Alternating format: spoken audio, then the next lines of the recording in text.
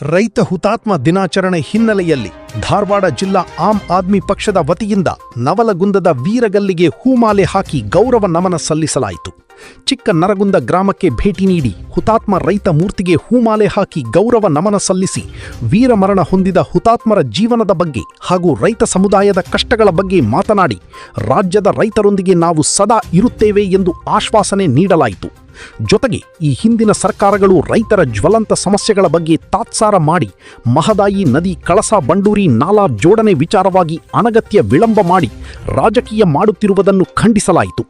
ರಾಜ್ಯದಲ್ಲಿ ಅತಿವೃಷ್ಟಿ ಅನಾವೃಷ್ಟಿ ಆದಾಗ ರೈತರಿಗೆ ಪಂಜಾಬಿನ ಆಮ್ ಆದ್ಮಿ ಪಕ್ಷ ಪರಿಹಾರ ನೀಡಿದಂತೆ ಕರ್ನಾಟಕದಲ್ಲಿಯೂ ಸಹ ಪರಿಹಾರ ನೀಡಬೇಕು ಎಂದು ಒತ್ತಾಯಿಸಲಾಯಿತು. ಈ ಸಂದರ್ಭದಲ್ಲಿ ಧಾರವಾಡ ಜಿಲ್ಲಾಧ್ಯಕ್ಷರಾದ ಮಲ್ಲಪ್ಪ ತಡಸದ, ಅವಿನಾಶ್ ಸದಾನಂದ, ಹುಸೇನ್ ಬಾಷಾ ತಳೆವಾಡ, ಕುಮಾರ್ ನೂಲ್ವಿ, ಜಾಕಿರಾ ರಾಮದುರ್ಗ, ಶಿವರೆಡ್ಡಿ ರೆಡ್ಡಿ, ನಾಮದೇವ ಬೀಳಗಿ ಹಾಗೂ ಇತರರು ಹಾಜರಿದ್ದರು. ನಾಗರಾಜ್ ಗೊಬ್ಬರಗುಂಪಿ, ಕರಾಳ ಸತ್ಯ ನ್ಯೂಸ್, ನವಲಗುಂದ. ರೈತ ಸಲಹಾ ಮಾಡಕ ಅವ್ರಿಗೆ ದುಡ್ಡಿಲ್ಲ. GST ನಮ್ಮ ಕಡೆಯಿಂದ 4 ಲಕ್ಷ ಕೋಟಿ ಜಿದ್ದು ನಮ್ದು GST ತಗೊಂತಾರೆ. ನಮಗೆ ಕೊಡೋದು 56,000 ಕೋಟಿನೋ 60,000 ಕೋಟಿ ಅಷ್ಟೇ ಕೊಡ್ತಾರೆ. ಅತ್ಯಂತ ಸಿಂಹ ಪಾಲನ್ನ ಉತ್ತರ ಪ್ರದೇಶಕ್ಕೆ ಬಿಹಾರ ಕೊಡ್ತಾರೆ.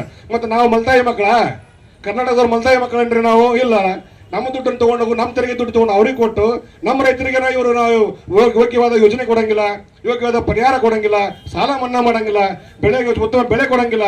ಏನ್ರಿ ಇದು ನೀವು ನೋಡಿರ್ಬೋದು. ಟಿಕಾಯತ್ ಅನ್ನೋರು ಹೋರಾಟ ಮಾಡಿದಾಗ ಅತ್ಯಂತವಾಗಿ ರೈತರನ್ನ ಕಡೆಗಣಿಸಿದ್ರು. ತಮ್ಗೆ ಗೊತ್ತಿರಬಹುದು. ಹೊಡಿ ಬಡಿ ಮಾಡಿದ್ರು, ಉಗ್ರರು ಅಂತಂದ್ರು, ರೈತರಿಗೆ ಕೆಟ್ಟ ಒಂದು ಇದರಿಂದ ಬಳಸಿದ್ರು, ಲಾಠಿ ಪ್ರಹಾರ ಮಾಡಿದ್ರು. ಆದ್ರೂ ಹಿಂಜರಿಲ್ಲ ರೈತರು. ಅಲ್ಲಿ ಅದರೊಳಗ ಸೆಂಟ್ರಲ್ ಒಳಗ ಮಾಡಿ ರೈತರ ಬೆಲೆ ಏನು ಅನ್ನೋದು, ರೈತರ ಶಕ್ತಿ ಅನ್ನೋದನ್ನ ತೋರಿಸಿದ್ರು.